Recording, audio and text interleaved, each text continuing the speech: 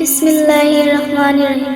আসসালামু আলাইকুম ওয়া রাহমাতুল্লাহি ওয়া বারাকাতুহু। প্রিয় পর্দার আড়ালের মা ও বোনেরা, আশা করি আল্লাহর অশেষ মেহেরবানি ও দয়ায় আপনারা প্রত্যেকেই ভালো আছেন। আজকের ভিডিওতে একটি গুরুত্বপূর্ণ বিষয় নিয়ে কথা বলবো ইনশাআল্লাহ। তাই সকল প্রিয় ভাই বোনদের নিকট অনুরোধ, ভিডিওটি শেষ পর্যন্ত দেখবেন। আশা করি এই ভিডিওটি যুবক যুবতী ভাই ও বোনদের জন্য খুবই উপকারী আসবে।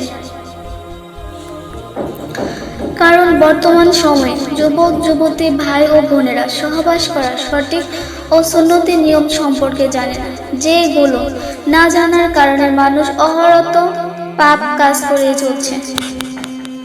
এর সঠিক পদ্ধতি ব্যবহার না জানার কারণে শিকার হচ্ছে অনেক রোগ ব্যাধি। সুতরাং আজকের এই ভিডিওটিতে স্ত্রী সহবাসের সঠিক ও সুন্নতি নিয়ম সম্পর্কে আলোচনা করব। সহবাসের সঠিক নিয়ম হলো, স্ত্রী নিচে থাকবে আর স্বামী থাকবে উপরিভাগে। এই উপরিভাগ থেকে সহবাস করবে। মহান আল্লাহ তাআলা পবিত্র কোরআনে সূরা আরাফের 189 আয়াতে বলেছেন, অতঃপর যখন পুরুষ থাকে ছেয়ে ফেলেছে, তখন সে এক লঘু গর্ভ ধারণ করেছে এবং সেটা নিয়ে সে চলাফেরা করেছে।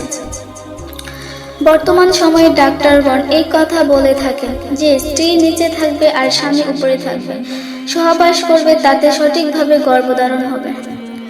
স্ত্রী যদি স্বামীর উপরিভাগে থাকে বা উপর থেকে সহবাস করে, এমন অবস্থায় যদি স্বামীর বীর্যপাত হয়ে যায়, তাহলে চিকিৎসা বিজ্ঞানীদের মতে তখন সম্পূর্ণ বীর্য বের হতে পারে না, ভিতরে অনেকটা থেকে যায় অথবা বীর্য মূত্রথলিতে চলে যায়, যার ফলে অনেক জটিল সমস্যার সৃষ্টি হয় এবং সেখানে পাথর হওয়ার মতো ঘটনাও ঘটে।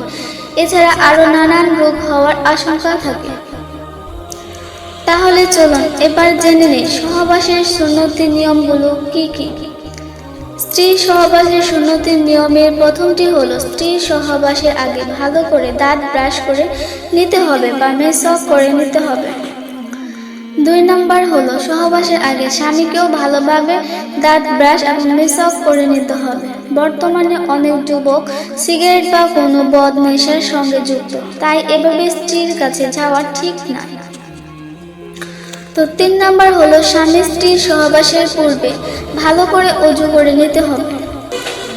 তো 4 নম্বর হলো, বিসমিল্লাহ বলে অর্থাৎ সহবাসের দোয়া পড়ে শুরু করতে হবে, আর এটা মুস্তাহাব। সহবাসের দোয়াটি হলো, তো বাংলায় উচ্চারণ আমি বলে দিচ্ছি। বিসমিল্লাহি আল্লাহুম্মা জানিবা শাইতান ও জানিবি শাইতানা মা রাযাকতানা। এর অর্থ হচ্ছে, হে আল্লাহ, তোমার নামে শুরু করছি, তুমি আমাদের নিকট হতে শয়তানকে দূরে রাখো। আমাদের এই মিলনের ফলে যে সন্তান দান করবে তাও হতে পারে শয়তানকে দূরে রাখো। তো 5 নম্বর হলো, স্বামী স্ত্রী একে অপরের সুগন্ধি জাতীয় জিনিস বা আতর লাগিয়ে নেবে। তো 6 নম্বর হলো, সহবাসের সময় কিবলামুখী হয়ে সহবাস করবে না। তো 7 নম্বরে হলো, সহবাসের সময় একেবারে উলঙ্গ হবে না। যদি তৃপ্তি না আসে তবে উপরে কোনো চাদর বা কাপড় দিয়ে ঢেকে থাকবে। তো 8 নম্বর হলো, বীর্যপাত হয়ে গেলে সাথে সাথে স্ত্রীর উপর দিকে নেমে পড়বে না, বরং কিছুটা সময় তার উপরে শুয়ে থাকবে। আবার পুরো শরীরের বড় স্ত্রীর উপরে দেবে না, যাতে করে সঙ্গিনীর কষ্ট হয়, এটা খেয়াল রাখতে হবে, সুন্নত। তো 9 নম্বরে হলো, কোনোভাবে স্ত্রীর বায়ুপথে অর্থাৎ মল ত্যাগের রাস্তায় সঙ্গম করবে না, কারণ এটা মহাপাপ, যা কোরআন ও হাদিসে কঠিনভাবে নিষেধ করা হয়েছে। চিকিৎসা বিজ্ঞানের ভাষায় এর ফলে উভয়ের কঠিন রোগ হবার সম্ভাবনা থাকে। বারবার বায়ুপথে সঙ্গমের ফলে তা ঢেলে হয়ে যাওয়ার কারণে টয়লেটে যাওয়ার আগে কাপড় নষ্ট হয়ে যেতে পারে। তো 10 নম্বরে হলো, কোনো অবস্থাতে নেশা বা জাতীয় খাদ্য বা পানীয় পান করে সহবাস করা যাবে না, কারণ এর ফলে বীর্যের গঠন ঠিক থাকে না, ফলে সহবাসে স্বামী স্ত্রী কেউ পূর্ণ তৃপ্তি পাবে না। হার্বাল সেন্টার থেকে কবির বলছি। যাদের টাইম খুবই কম, পাতলা, কোনোভাবে স্ট্রং হয় না, অনেক ঔষধ খেয়েছেন, কোনো কাজ হয় না, সংসার ভাঙার পথে, আপনাদের জন্য আজকের এই ড্রিঙ্কস এন্ড সিরাপ এবং ক্যাপসুল। আপনি মেডিসিন নিতে চান, নাম্বার দেওয়া আছে, এখনই অর্ডার করুন। আজকে অর্ডার করলে পেয়ে যাবেন আপনি ঘরে বসেই। বাংলাদেশের যে কোনো জায়গায় বা যে কোনো গ্রামে হোম ডেলিভারি দেওয়া হয় গোপনীয়তা রক্ষা করে। তাহলে আর দেরি কেন, এখনই কল করুন।